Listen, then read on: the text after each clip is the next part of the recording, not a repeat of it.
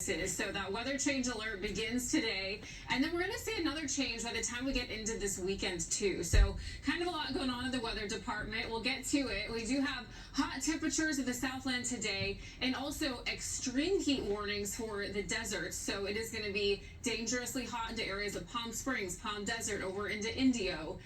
And this not just with the heat, but how dry the fuel is, and also with some gusty desert winds. We will have elevated fire danger. So just because we don't have red flag warnings or fire weather watches in place doesn't mean that we don't have elevated fire danger. We're kind of just heading into that time of year now where that's going to be the case with this heat and how dry our fuel is whenever we're dealing with heat. So really now for the foreseeable future and for a long stretch here. So elevated fire danger will really kick in here over the next couple days with the peak of the heat.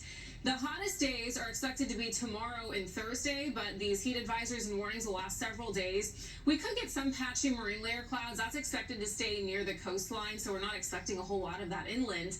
Then we head into this weekend. Our temperatures dip a little bit, but humidity levels are expected to rise. I was talking about this yesterday morning, that chance of monsoonal weather. It's about a 10% shot that we could get some showers, but at the least some additional cloud coverage and maybe some humidity kicking in, kind of like what we saw on the 4th of July. So just know those heat advisories go in place today all the way through Friday for some spots. Mid to upper 90s and isolated 100 degrees, not out of the question for some of our Valley and Inland Empire spots. Hottest days tomorrow and Thursday, and then that elevated fire danger will kick in too. And just to take a quick look at that 7-day for the Valleys and Inland Empire, we could hit a 100-degree mark, but just know the next several days, be really safe out there. Take advantage of the early morning hours, especially if you have pets.